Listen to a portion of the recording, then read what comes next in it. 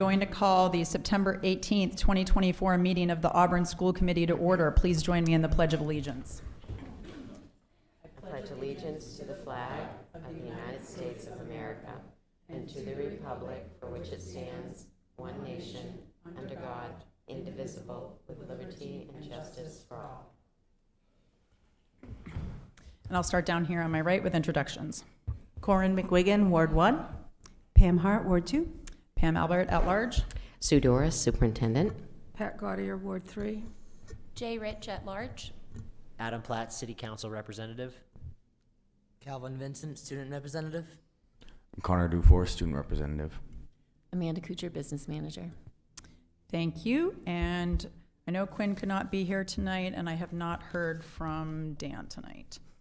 We'll start with the approval of our consent agenda, which includes the approval of tonight's agenda, as well as the approval of the minutes of the September 4th, 2024 meeting. Do I have a motion? So moved. Second. Corin, second Pam.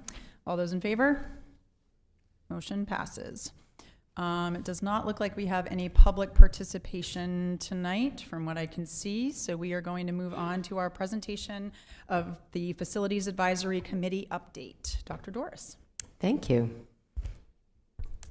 Tonight we're going to provide you with just a high-level view of the work that's been happening with our Facilities Advisory Committee. So just to give you a little bit of background, the committee was formed in January of 2024 at the request of the school committee, and this was following the completion of Harriman's report. We had our first meeting in February of 2024. And then in April, we expanded the committee to include quite a few more members. We wanted to expand the stakeholder group. And so you can see on the slide, the membership includes a variety of folks. We have school committee members, central office staff, the Public Works Department from the City of Auburn is represented there. We have different administrators, we're including elementary, middle, and high school administrators on the committee right now. We have parents, teachers, our MLL coordinator, and our special services director are all members of the committee. And the charge of the committee was to analyze the Harriman Facilities Report and present recommendations to the school committee by November 1st of this year. These are the different areas that we have been focusing on during our meetings. We looked at the previous facility studies that have been done in Auburn over the years. And then, of course, we looked at the Harriman facility study, and we had Lisa Samwin and Stephen Frazier several times come to our meetings and go over the report in more detail with us and answer any questions that we had. And then we looked at the school enrollment for each school in Auburn. We looked at transfers within the district and transfers outside of the district, students coming into Auburn and students that live in Auburn going to other districts. And we also took a look at the demographics of all of our schools. And a topic of discussion was the grade level configurations, how we're currently configured. So right now in Auburn, our schools at the elementary level are pre-K through grade 6. We have a 7-8 middle school and a 9 through 12 high school and an alternative program. So we didn't get much further than that. We talked about what we currently have, and then the discussion led to a 6-8 middle school. I'll come back to that.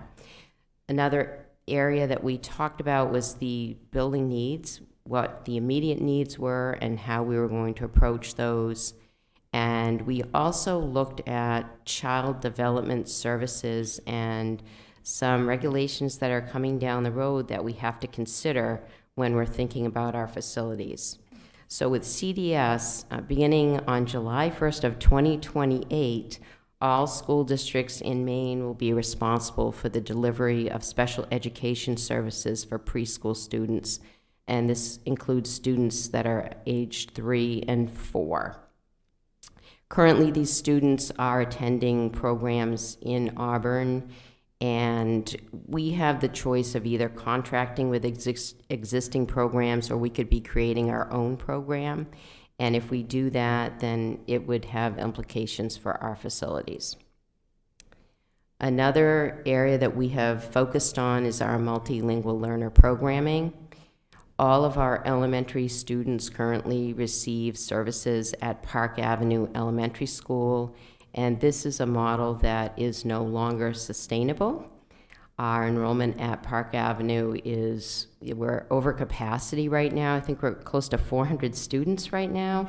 So we need to look at delivery of services in more than one building, whether it's, 2 buildings or more, and that is going to be worked on this coming year, and we'll talk about that a little bit later in the presentation.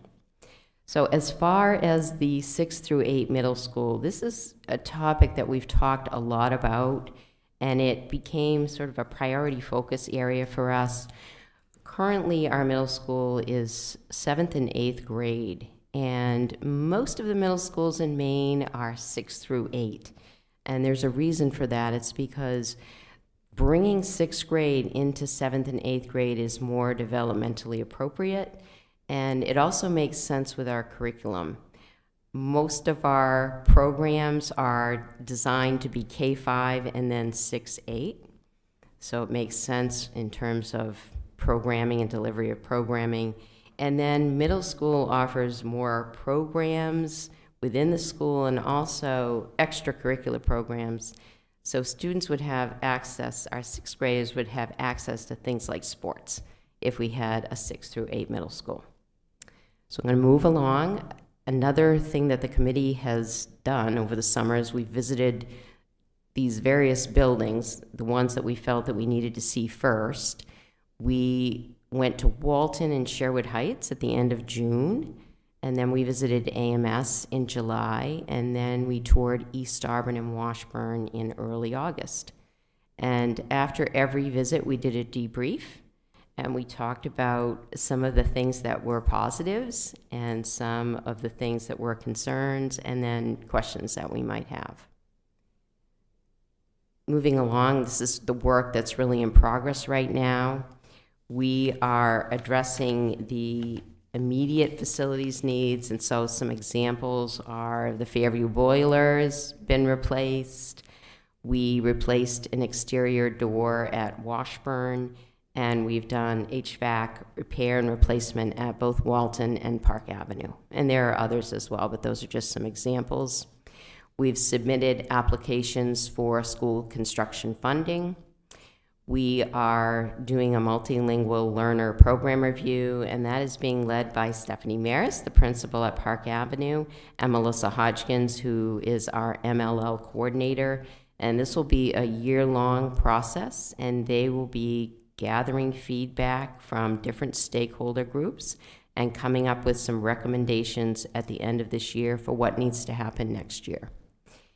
We've been working with Harriman to come up with a proposal for a 6 through 8 middle school, and we are meeting with Harriman. They're coming to our Facilities Advisory Committee meeting on October 16th to share with us what they've come up with to this point. And we are very hopeful that we can use the existing space to accommodate our 6th graders. And then another piece of work there in progress is that we want to make sure that we're sharing updates with the school committee and the community. And that's the reason why we wanted to provide you with an update tonight before the November 1st recommendations are presented to you. Our next steps are the final recommendations in November. We'll present to you, and then as a school committee, you will set a direction for us. And then we will be forming a new building subcommittee, and then we will be picking up the recommendations and starting that work.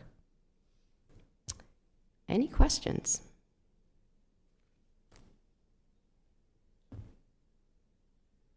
I think mine is more of a comment. I'm glad to hear that we're moving the ML services not just from Park on, because I think there could be some unintended consequences, and it could impact the educational experience of all students. So I was glad to hear about that. Also, as an educator, I can attest to having 6th graders in an elementary building is not necessarily developmentally appropriate. So I appreciate that as well. Thank you. Thank you. I'll just speak to that for a second, Jay. So that seemed to be the consensus among the facilities committee as we started talking more and more about sixth grade, that there was a general feeling, even among our elementary building admins and teachers, that, you know, sixth graders at this point are no longer elementary school kids. And the benefit of being able to move them into the middle school also provides that additional year of onboarding them into the middle school so that they have a more cohesive experience at the middle school, rather than coming in 1 year, you know, and ramping up into middle school 1 year, and then they're on their way out the next year. So it provides a more cohesive experience both for the students as well as for the staff to be able to create, you know, bonds and relationships with the students. So I think it could be beneficial all over. And then at that point, by moving, you know, 250 students potentially into the middle school and out of our elementary schools, that frees up a lot of space in our elementary schools to then reconfigure, you know, potentially how seems, you know, whatever seems most equitable and fit. So. I just want to piggyback on what Jay said about the MML program. I'm really glad that we're looking into this program and we're doing a review to see what is best for our students as far as, you know, getting them to go throughout the districts instead of just being stuck in one school. I mean, that might be the right way, but I'm glad that we're looking into it and that we're getting all, you know, all the stakeholders as far as families, as educators and everything. So I appreciate that a lot. I have a question. With regard to the 6th through 8 middle school proposal, as that develops, I would imagine it would kind of splinter off and become its own initiative. At what points in that process would there be opportunities for public feedback, obviously hearing from parents and other stakeholders? I think right away, you know, when the Facilities Advisory Committee comes to the school committee in November with a set of recommendations, that will begin the process where we need to begin communicating with our community about what we're planning to do and gathering feedback. And that's a pretty involved process if you're going to make a transition like that. It's not something that can happen like immediately. It takes a little bit of time to do planning and communicating with families, communicating with school staff. There'll be a lot of work involved with that. I also think it's important to remember that whatever Harriman comes up with in regards to the middle school and the structure of it, that's going to really determine the practicality of what we can do moving forward. So I'm anxious to see how this comes out. I think generally overall too, as we started the work of this committee, it became very clear that it wasn't, you know, initially this kind of came up in terms of discussing space at Walton. And then it became very clear that there are a lot of moving parts to this discussion. And it was not something that we wanted to make an abrupt decision or a rushed decision about in terms of schools and how we move things around potentially. So that's where I think we decided to take a more holistic approach and look at all of the possible things that will impact the space in our buildings over the next coming years, so that we're doing this in a very thoughtful, planned way. Any other questions? Okay. All right, moving on. Thank you, Dr. Doris. Moving on to our school committee student representatives report. Do you guys have a report tonight? Yes, thank you. 2 years ago, at EL, we implemented a mentorship program aimed at strengthening our school's community. In the past 2 years, mentorship was based solely for freshmen during our flex period. However, this year, every student participating in mentorship, and our theme this year is social and emotional health. That's great. Anyone have any questions for Connor? Have you heard any feedback from the students on this? So currently we've only had 2 sessions done so far. Our first was based off of just strengthening with teachers, strengthening that bond, getting to know the kids in their homeroom, because obviously our incoming freshmen don't really know each other very well. And then this week we focused on Maslow's hierarchy of needs. So as we filter through into October, we hope as there's a committee formed for this, so we hope to get feedback, 1 from teachers and then 2 from students as well. That's great. Great, thank you. Moving on to our superintendent's report, Dr. Doris. Thank you, Chairperson Albert. I have 2 items under my report tonight. The first is I've provided you with a copy of the FY 2026 budget calendar, and you can see the budget development process that's happening at the administrative level as well as the school committee level. And believe it or not, next Monday, our budget development module goes live, and administrators can begin submitting budget requests in ADS. So we'll be off and running, and you can see how it works in terms of what happens at central office. The administrators will be developing their budgets. We'll be looking at what the fixed costs are and what the set increases are for next year. And then we'll begin a process of meeting with our administrators and completing our budget and bringing it to you. And then we have what happens on your end, where we have the possibility of a budget workshop in November for you to go over class sizes, ratios, and increasing cost items. And then in December, the City Council holds preliminary budget discussions, and we'll hear more from the City Council of what's expected of us. And then you'll be hearing from our administrators and the different programs during the month of March, and then we'll be finalizing our budget in April. And May is the school committee approval and the City Council approval of our budget, and then the referendum will be in June. Any questions about this? Yes. I just have one question. The December 16th, the City Council holding the preliminary budget discussion, are we required to attend that meeting as a school committee? I'll let you know when that date draws closer. Thank you. Any questions about the budget calendar? Just mark every Wednesday in March now.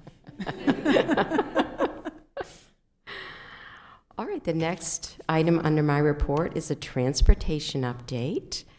And Amanda Kuchar is going to start us off with what's new in the transportation department. And we have Dave Fontaine joining. He is our transportation director.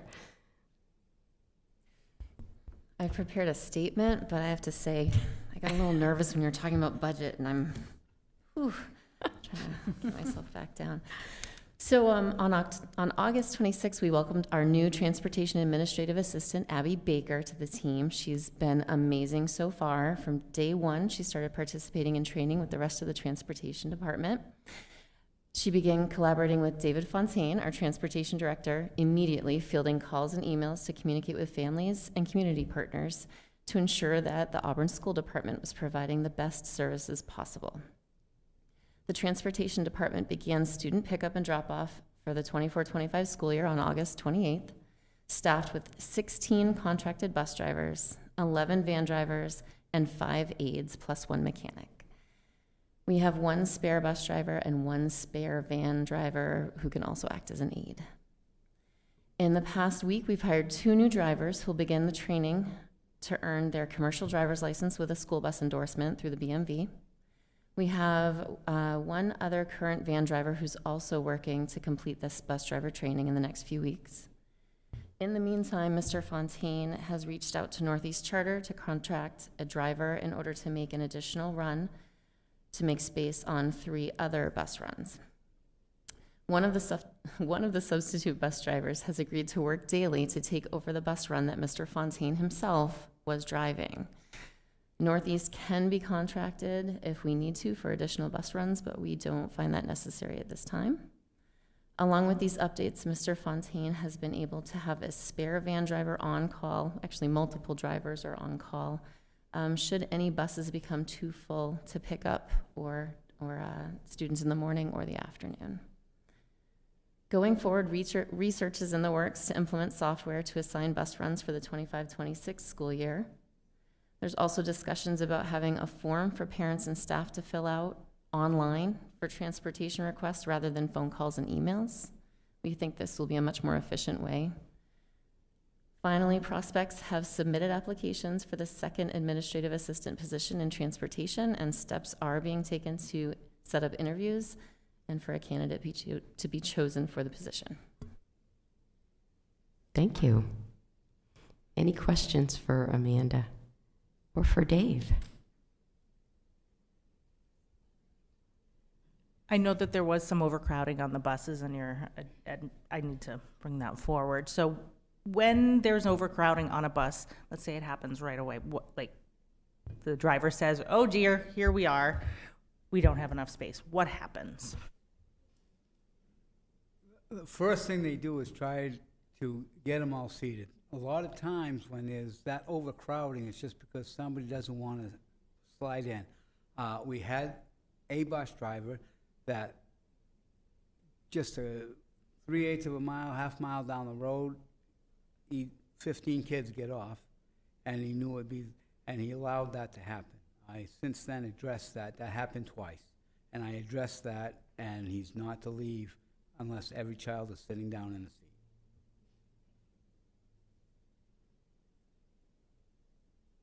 Any other questions? Okay, thank you. Thank you. Okay, I do not have a committee report, a chairperson's report tonight. Moving on to our city council update. Adam. Thank you. Just one thing to report that on Monday, our second student representative was delivered the oath of office. Mubarak Abdullahi is our second student representative, and I've been told it's the first time ever that the city council has had two student representatives. So that's great experience for our two reps, and a great experience for the city council to be able to have those two on the council. Great, thank you. And I will just circle back to my one thing for a chairperson's report is just a reminder about the MSMA conference again at the end of October. If you want to go, email me or Dr. Doris so that we can make sure you are registered.